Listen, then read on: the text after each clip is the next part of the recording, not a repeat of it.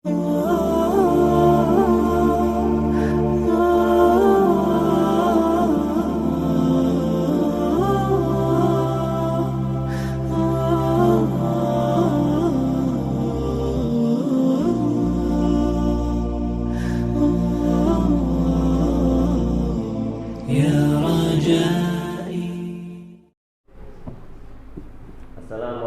warahmatullahi wabarakatuh.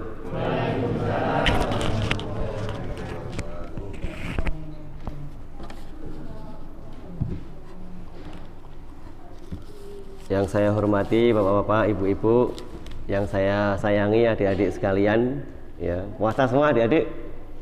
Puasa ya. Kalau sing beduk lagi. Oke, beduk kok. Ora ya. Maghrib lah ya. Alhamdulillahi summa alhamdulillah alladzi bi ni'matihi tatimmus shalihat. Wassalatu wassalamu ala nabiyyina Muhammadin sallallahu alaihi wasallam wa ala alihi wa ashabihi wa man tabi'ahum bi ihsanin ila yaumiddin, amma ba'du. Bapak Ibu jamaah sekalian yang semoga dirahmati oleh Allah Subhanahu wa taala, segala puji kita lantunkan senantiasa kepada Allah Subhanahu wa taala. Terlebih lagi hari ini di hari Jumat, ya, hari yang diagungkan oleh Allah Subhanahu wa taala di antara hari-hari yang lainnya, dan di bulan yang diagungkan pula oleh Allah Subhanahu wa taala dari bulan-bulan yang lainnya, yaitu bulan Ramadan.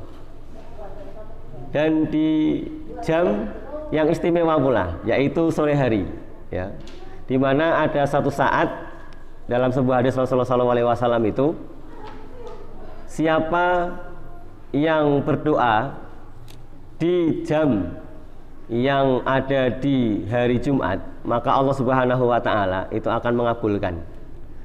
Kemudian para ulama memberikan keterangan bahwa saat itu adalah menjelang maghrib. Ya, ini kan menjelang maghrib ya, jam 5. Mudah-mudahan puasa kita, sedekah kita, kemudian tilawah kita, dan juga ibadah kita seperti taraweh dan lain sebagainya itu diterima oleh Allah Subhanahu wa taala. Sekarang kita masuk tanggal 13 ya. Ya, mau menginjak 13 bulan Ramadan. Dalam keadaan sehat walafiat. Salawat dan salam semoga tetap tercurahkan kepada Nabi kita Muhammad sallallahu alaihi wasallam beserta keluarga, para sahabatnya, serta para pengikutnya sampai hari kiamat tiba. Bapak, ibu-ibu, bahwa kita hidup di dunia ini hanyalah sementara. Rasulullah SAW sudah memberikan petunjuk kepada kita bahwa kalau kita pegang petunjuk dari Nabi, yaitu Al-Quran dan hadis, maka kita tidak akan tersesat, kita tidak akan melenceng dari yang diharapkan atau yang diinginkan oleh Allah Subhanahu wa taala, agar kita semua masuk ke dalam surga. Amin ya rabbal alamin. Ya.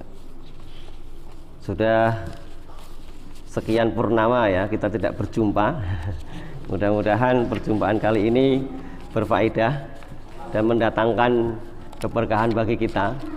Ini saya biasanya itu yang keliling mengunjungi teman-teman yang biasa ngisi pengajian, ya. Jadi saya bawa tripod sama HP untuk dokumentasi. Nanti saya masukkan ke Facebook atau YouTube agar supaya pengajian itu tidak lewat begitu saja, tapi ada setidaknya bekas-bekasnya, atau ketika ada orang ingin mendengarkan kembali, mengulang kembali, itu ada, ya kan?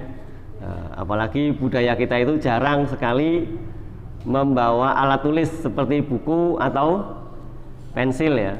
Maka saya juga bawa ini kertas fotokopian. Kira-kira semua sudah dapat atau belum? Ada yang nggak dapat? Saya cuman mengkopi 50 biji saja. 50 lembar, mohon maaf ya. Jadi kalau ada yang nggak kebagian. Nah itu masih ada, bisa dimintakan atau diberikan kepada yang belum dapat. Ya. Ini saya pesennya untuk dibuat buku seperti biasa ya. Lembarannya itu mulai dari sebelah kiri ya, bukanya ke kanan. Tapi entah kenapa malah jadinya itu halaman pertama dari tengah, ada di dalam sebelah kiri ya. Mari kita mulai saja kajian kita pada sore hari ini agar waktu kita tidak terbuang percuma. Saya bacakan ya, agar Ramadan tidak sia-sia ya. Ada yang di sini sudah bertemu dengan bulan Ramadan 40 kali. Ada yang lebih Pak, 40 kali? 50 kali ada ya? Ada yang bertemu dengan Ramadan 60 kali? Mungkin kalau 70 kali rekor ya. Ya, luar biasa ya. Para sahabat ketika mau bulan Ramadan 6 bulan sebelumnya itu berdoa, ya Allah pertemukan aku dengan bulan Ramadan. Bahkan pernah terjadi salah seorang sahabat itu mimpi ketemu dengan 2 orang yang bersahabat. Satunya itu meninggal dalam keadaan syahid ya.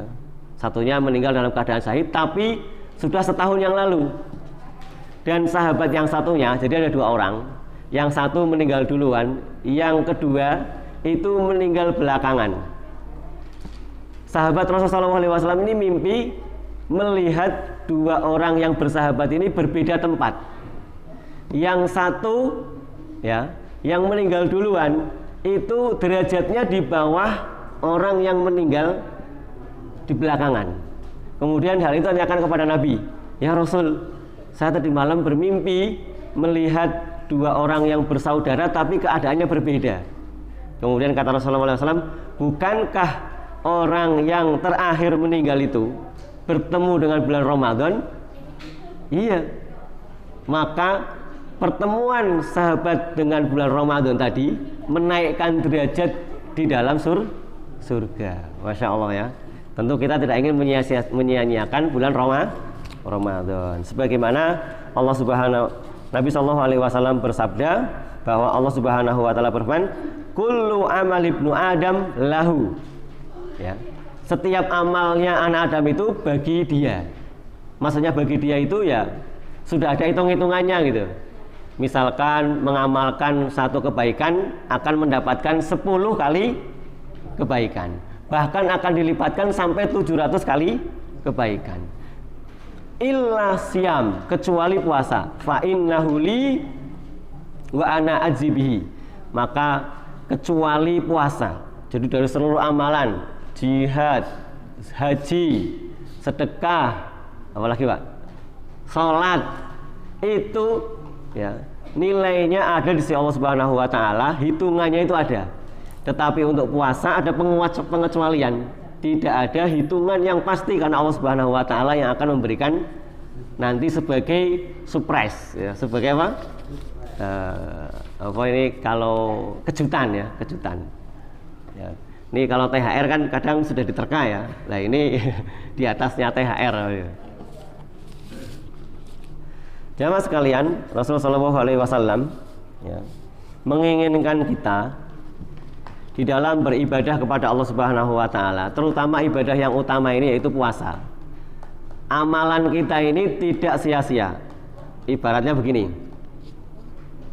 Kalau kita ini membuat susu ya, pengen rasanya manis, kita tambahkan gula. Tetapi tidak sengaja kita tambahkan bukan gula, garam, Pak. Kira-kira yang mau minum susu ada enggak? Enggak ada. Sudah capek-capek meras susu ya, atau beli susu kaleng tetapi enggak jadi diminum ya. Begitulah yang digambarkan oleh Allah Subhanahu wa taala dalam surat An-Nahl ayat 92. Wala takun kalladzi naqadat ghuzlaha. dan janganlah kamu seperti perempuan yang memintal benang, ya. Mimba di kuwatin angkasa, setelah pintalan itu jadi kuat kemudian diurai, ya. Ini ayatnya panjang, saya ambil bagian depannya saja karena yang berkaitan dengan pembahasan kita. Kisah ini oleh para sahabat dimaksudkan kepada salah seorang namanya Ritoh, ya. Ritoh Al-Hamqa, Ritoh si bodoh, ya. Dia ini anaknya orang kaya, putri cantik, ya. Kemana-mana, ya, ditanyakan siapa jodohnya, nggak ada yang mau, nggak ada yang datang ke rumahnya, Pak, ya. Kasihan ya. Sudah cantik, kaya raya, ternyata nggak ada yang main ke rumahnya. Bapaknya itu hanya mengandalkan doa di depan berhala, ya. Jadi ada berhala ini datangi, tanya jodohnya mana, berhala itu terkenal datangi lagi, berdoa minta jodoh, sampai kelewat tua, ya, sudah berumur, itu dengar kabar ada orang yang mau dengan dia, senangnya bukan main, ya. Datanglah seorang laki-laki yang muda gagah, namanya Ruh, ya. Namanya Ruh. Ruh ini begitu menikah, kemudian melihat harta milik si wanita tadi, si Ritoh tadi, diambil, kemudian di malam pertama bukannya bulan madu, tapi malah kabur bawa hartanya si Ritoh tadi, ya. Si Ritoh ini kecewa berat, sudah dapat laki-laki ternyata dia cuman maling. Baru ketahuan kalau dia ternyata maling itu dengar-dengar dari tetangga. Dia ini menipu keluarganya, kemudian kabur, akhirnya menikah dengan Ritoh tadi.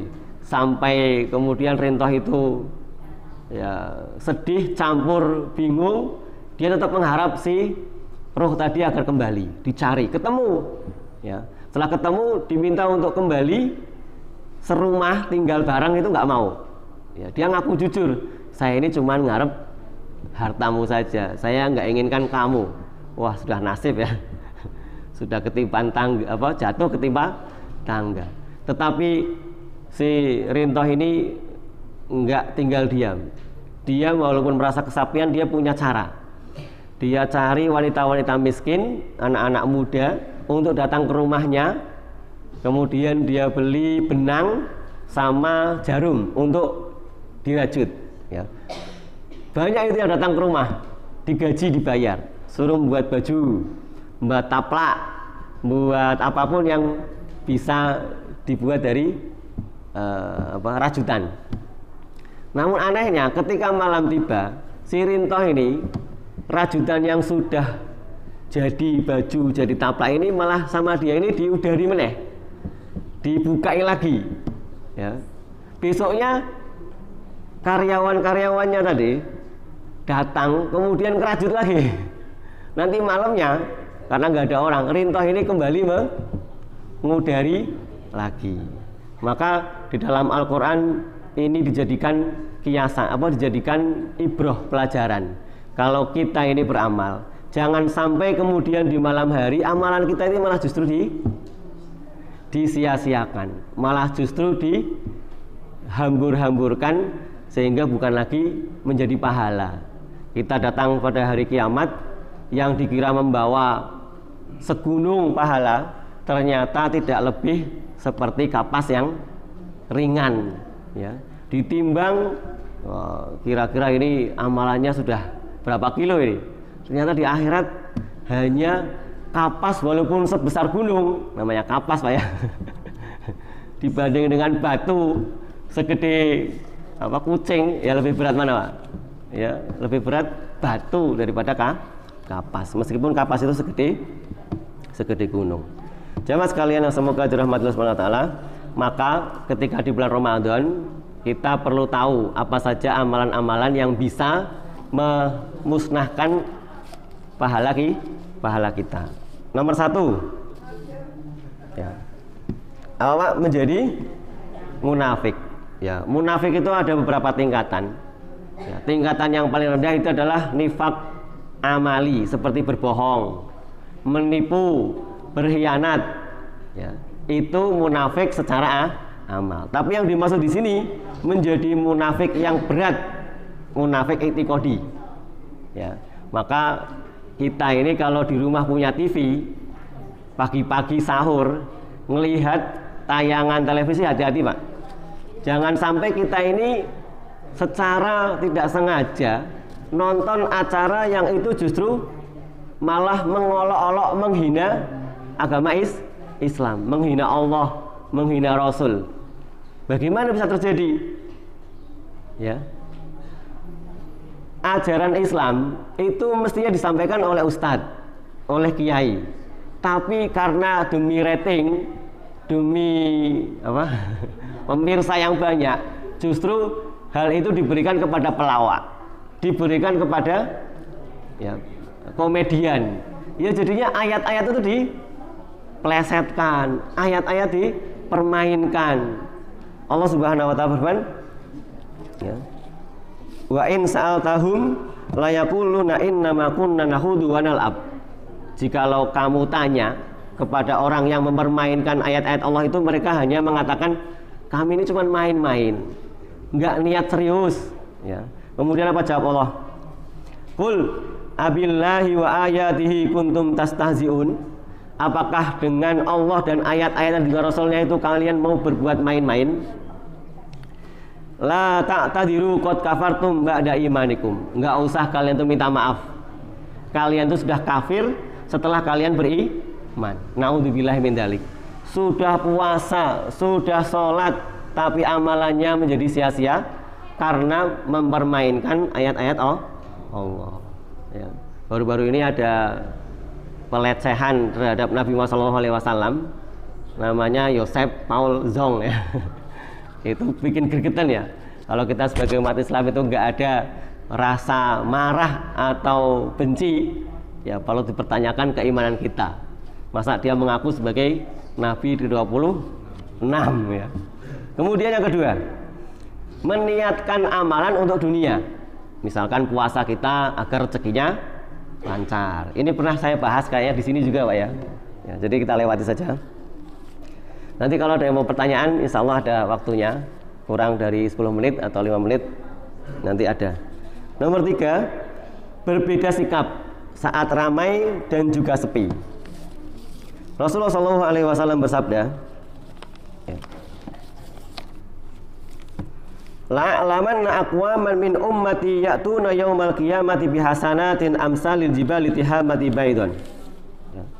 Sungguh, kata Rasulullah SAW, aku tahu ada salah seorang di antara kalian, di antara umatku ini, yang datang pada hari kiamat membawa pahala sebesar gunung Tihamah. Padahal gunung Tihamah itu luasnya 60-80 kilo, tingginya sampai 2000 kaki. Kalau dikonversi ke meter berapa?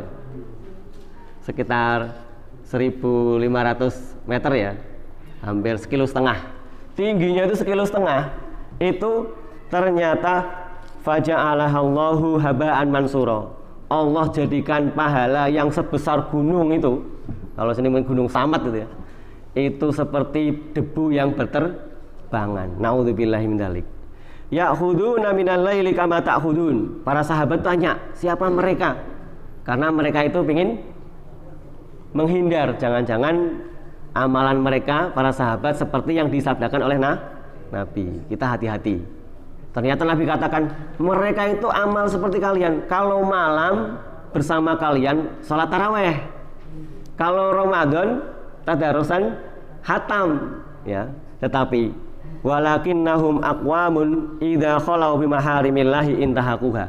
Tetapi ketika mereka sepi, mereka diam diri, mereka ngelihat nggak ada orang, cuman sendirian, dia langgar keharaman Allah Subhanahu wa taala. Dia langgar larangan-larangan Allah Subhanahu wa taala. Lihat hal-hal yang diharamkan seperti gambar porno, kemudian menggibah, atau dia itu berjudi, kan? Atau ya larangan-larangan Allah yang lain seperti berzina, itu dilanggar ketika dia sepi, dia nggak ada orang, nggak ada yang lihat. Itu tandanya amalan dia ketika ramai itu bukan karena Allah, tapi hanya untuk dilihat manusia. Ya. Maka ya kalau ya guyonannya Gus Bah itu mengatakan ya jadi orang itu biasa-biasa saja, nggak usah terlalu alim dan juga nggak terlalu alim lah. Jadi biar kelihatan itu ya biasa. Nanti kalau kelihatan alim ketika sendiri malah godaannya itu berat, godaannya luar biasa. Setan itu langgar aja, nggak ada orang ini, ambil itu, ya kan? Ini. Jamaah sekalian, kita lanjutkan. Yang keempat adalah menuduh orang lain yang berbuat dosa. Dosanya sangat besar, tetapi dia vonis tidak mendapatkan ampunan dari Allah Subhanahu wa taala. Seakan-akan dia berlaku sebagai Tuhan, ya. Dia bertindak sebagai ya, raja, ya. Rasulullah SAW bersabda, "Anna rajulan qala wallahi." Salah seorang di antara manusia itu ada yang berkata, demi Allah, la yaghfirullahu li fulan. Yang namanya si A itu dia sudah melakukan dosa besar, dia nggak bakal diampuni oleh Allah. Maka di akhirat dia akan dipanggil, man dalladzi yatawalla alayya alla aghfiru li fulan.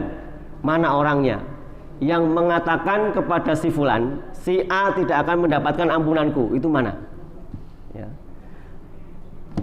Faqad ghafartu, ya.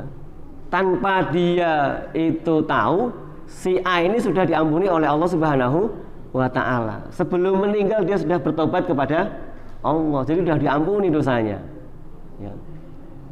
Dosa syirik itu kalau dibawa sampai mati ya akan disiksa oleh Allah Subhanahu wa taala, masuk neraka. Tetapi ketika sebelum meninggal dia sempat untuk bertaubat, ya, sempat untuk memohon ampun kepada Allah Subhanahu wa taala, menyesali dosa-dosanya, maka sekiranya dia bawa segunung bahkan sebumi ini dosa, itu sama Allah diampuni. Maka kita jangan pernah suudzon, jangan pernah berburuk sangka kepada orang lain, ya. Jangan sampai kita ahbabtu amalaka au kama qala. Allah Subhanahu wa taala katakan, amalmu gara-gara kamu mengatakan si fulan itu tidak diampuni oleh Allah, tidak saya anggap, saya batalkan semua amalmu. Ini kata Allah. Na'udzubillahi min dzalik. Puasanya 1 bulan penuh selama 40 tahun, tarawehnya yang 1 malam 1 juz, ya. Itu ternyata tidak ada nilainya di sisi Allah Subhanahu wa taala. Na'udzubillahi min dzalik. Kemudian yang ke berapa? 5. Membenci takdir, ya. Ini perkataan sahabat Nabi Shallallahu Alaihi Wasallam, Abdullah bin Umar.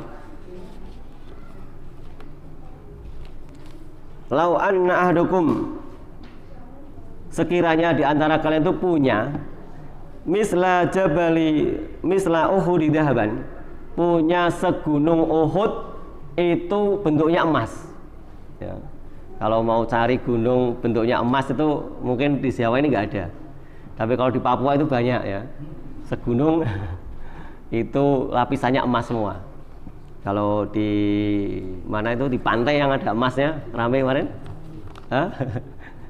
pantai, ya, emas. Kalau di Kongo itu juga ada, ya, baru kemarin ditemukan. Itu sekiranya kita punya emas segede gunung Uhud, ada nggak yang punya? Itu kita infakkan semua untuk Allah Subhanahu wa taala. Fa anfaqahu ma qubilallahu minhu, Allah tidak akan menerimanya hatta tu'mina bil qadari, sampai dia itu beriman kepada takdir. Kadang kita ini tidak mudah menerima takdir kalau itu berupa musibah. Kok iso, ya, menyesal, kok iso kayak gini, ya. Sampai-sampai untuk membedakan antara izin Allah Subhanahu wa taala dengan ridho Allah Subhanahu wa taala saja masih banyak yang nggak bisa. Nah, itu apa? Orang selingkuh atau berzina atau merampok, berarti kan diizinkan oleh Allah Subhanahu wa taala, diridhoi oleh Allah Subhanahu wa taala. Padahal yang namanya kejahatan itu terjadi semua dengan izin Allah Subhanahu wa taala. Contohnya ya korupsi, itu kebaikan atau kejahatan? Kejahatan. Tetapi kadang orang iri, itu korupsi akhirnya bisa menghajikan orang tuanya. Itu dia korupsi akhirnya bisa berkorban.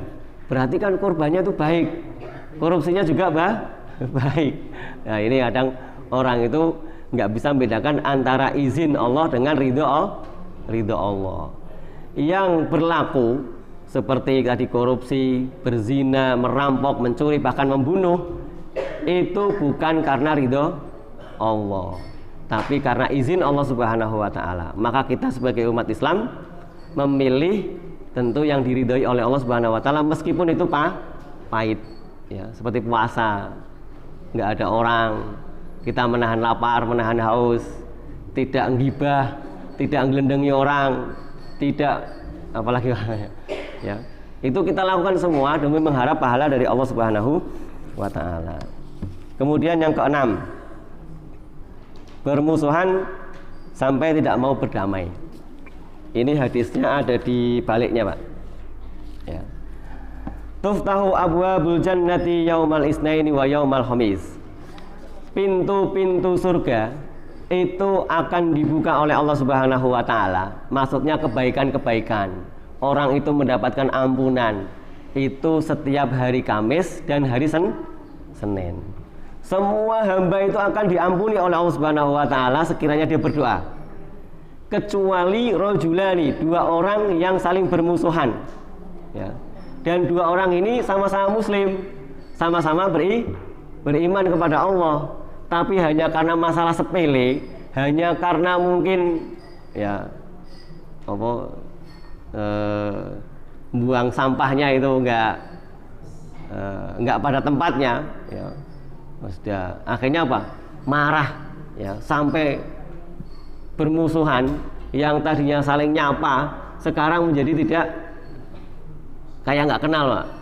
Itu ditunda oleh Allah Subhanahu wa taala ketika malaikat mau melaporkan pahalanya. Artinya dia tidak mendapatkan ampunan dari Allah Subhanahu wa taala. Ingtadiru hatta yastoliha.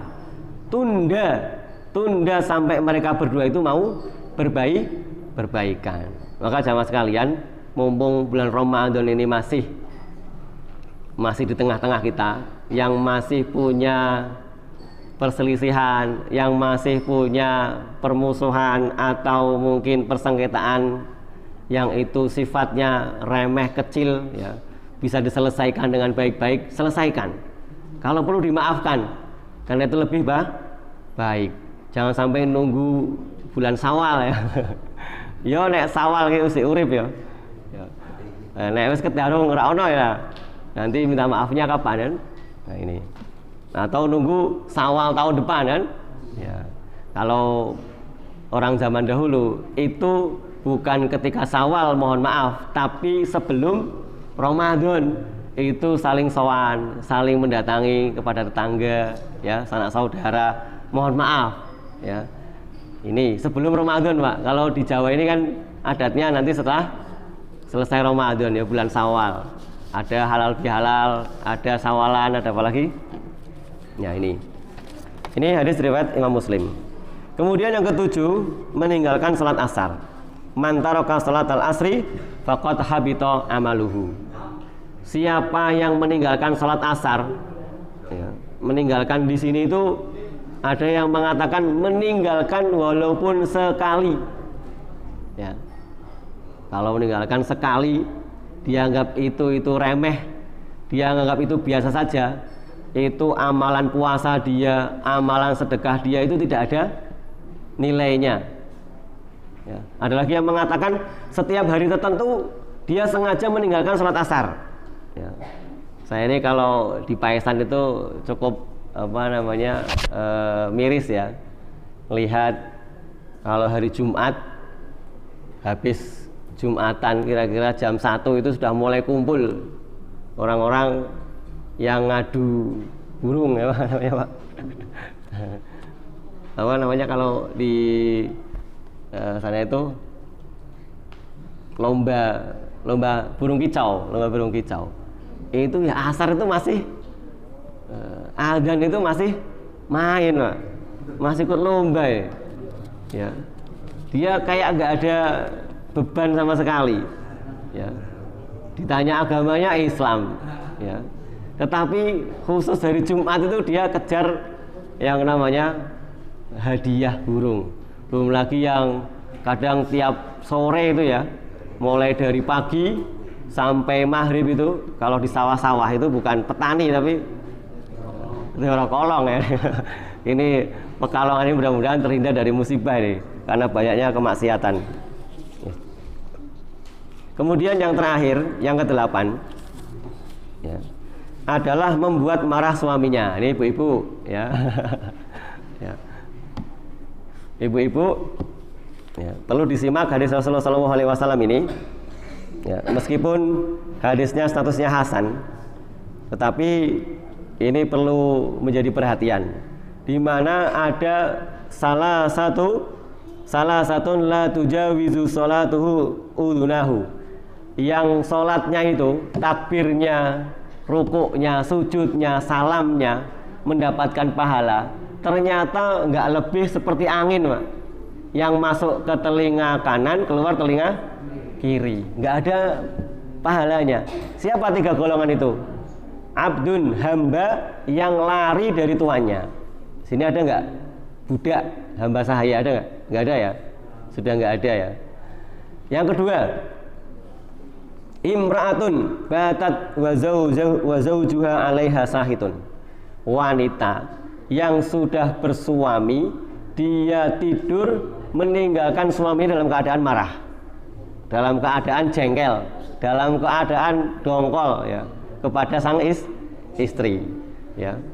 Ini banyak faktornya, tetapi hak suami untuk mendapatkan pelayanan dari istri ya, itu wajib dipenuhi oleh istri. Sampai kalau mau puasa itu harus izin sama suaminya.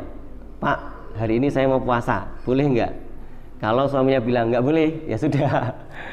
Puasanya menjadi bukan sunnah, tetapi hukumnya haram, karena dia puasa, suaminya nggak ngizinin. Ya. Kemudian yang ketiga, imamu qaumin wahum lahu karihun. Orang yang jadi imam, dia sholatnya itu bagus, sholatnya itu mungkin ya indah bacaannya, tetapi kaumnya atau makmumnya itu nggak suka kalau dia ini jadi imam ya. Ini kalau dia terus nekat jadi imam ya, sholatnya itu nggak ada nilainya sama sekali. Maka imam itu mesti dimusyawarahkan. Siapa yang dipilih, tentu yang paling baik akhlaknya, yang paling baik juga bacaannya. Jangan dumeh mentang-mentang orang kaya ya, wong duwe ya, yang lainnya juga dianggap ya. Jadi kadang kalau pas safar, kalau pas bepergian itu campur dengan jamaah setempat itu nggak enak ya. Mending yang jadi imam orang situ sendiri ya. Kita yang musafir jadi makmum, walaupun ya kita ini terlihat seperti orang ya priayi nyantri lah ya, tapi nggak enak juga. Jangan sekalian yang semoga dirahmati Allah Subhanahu wa taala, inilah 8 rayap ya, rayap saya katakan, karena kita sudah buat bangunan yang begitu megah, ada pahala puasa, ada pahala sedekah, ada haji, ada lain sebagainya. Ternyata di bawah itu rayap menggerogoti, tidak berselang lama bangunan itu roboh, runtuh, nggak ada sisanya. Naudzubillah min dzalik. Dari rayap 8 ini mudah-mudahan kita bisa menghindarinya, mudah-mudahan kita bisa selamat dari perilaku atau sifat-sifat yang ke-8 ini. Mungkin ini yang bisa kita sampaikan. Masih ada waktu. Kalau ada yang ingin disampaikan atau ditambahkan, tambahkan monggo. Atau yang ditanyakan silakan. Oke. Waalaikumsalam warahmatullahi wabarakatuh.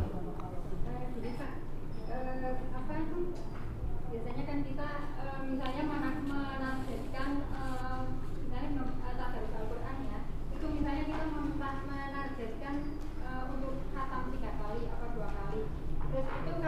mengejar target itu kadang-kadang kita itu mengesampingkan makhrajul hurufnya atau targetnya itu gimana Pak? Hurufnya gimana? Terus yang kedua, saya pernah mendengar ada puasa buat si mayat itu apakah ada dari saya? Untuk yang pertama, ini pembacaan berdasarkan tajwid ada berbeda pendapat. Ada yang mengatakan wajib hukumnya membaca Al-Quran dengan tajwid. Jadi ya mending nggak usah membaca gitu loh. Ini pendapat yang pertama, itu Bu ya. Tapi pendapat yang kedua mungkin yang banyak diakui atau diikuti oleh orang. Itu bacaan Al-Quran berdasarkan yang wajib itu hukumnya sunnah saja. Artinya selama dia itu memakai bahasa Arab, ya, memakai bahasa Arab, dia berusaha untuk membaca Al-Quran dengan kemampuannya, itu lebih baik daripada dia meninggalkan sama sekali. Untuk masalah target, kadang ini kaitannya dengan orang tua yang akan ngasih hadiah, ya kan? Tapi kalau setingkat musola atau masjid memberikan target ini kan terlalu berlebihan. Untuk apa gitu kan mengejar target? Ini yang terlalu dibebankan. Maka kalau untuk orang tua kepada anak mentargetkan harus hatam sekian itu diperbolehkan. Tetapi kalau masjid atau musola mentargetkan harus sekian, kemarin sudah hatam 7 kali, ini harus 8 kali. Akhirnya yang baca itu asal tarik saja, ini bermasalah. Apalagi pakai pengeras suara. Ini yang dosa itu bukan hanya yang baca, tetapi yang mendengarkan karena tidak berusaha betulkan. Saya kadang bingung juga ini, ya, bacaannya apa namanya? Bacaannya itu kurang benar, nggak benar, tapi pakai pengeras suara. Dan ternyata sebagian kalau lampu mati atau amplinya itu mati Pak ya, mic-nya itu nggak fungsi, tadarusannya bubar. Nah ini kan keliru ya. Harusnya ada speaker atau tidak, itu ya jalan terus ya. Karena sebagian itu nggak ada jajannya, nggak ada darusannya. Ini sudah niatnya berbeda. Kemudian yang kedua tadi bisa diulang kan? Lupa deh. Puasa buat si mayat. Oh ya, puasa buat si mayat. Ya, biasanya kalau ada kodok maka keluarganya itu berpuasa atas nama si mayit. Apalagi itu nadar ya, yang wajib hukumnya untuk ditunaikan. Tetapi kalau sifatnya itu fidyah, maka ya cukup dikeluarkan fidyahnya saja, tidak perlu diqodho. Nanti ada pembahasan kapan harus qodho, kapan harus fidyah. Jangan sampai fidyah malah diqodho, orang yang sudah meninggal akhirnya dipuasakan untuk si mayit. Nanti banyak pembahasannya. Kurang berapa menit lagi? 8 menit lagi? Oh ya, mungkin kira-kira itu mau bisa. Ada lagi? Yang mau menambahkan silakan.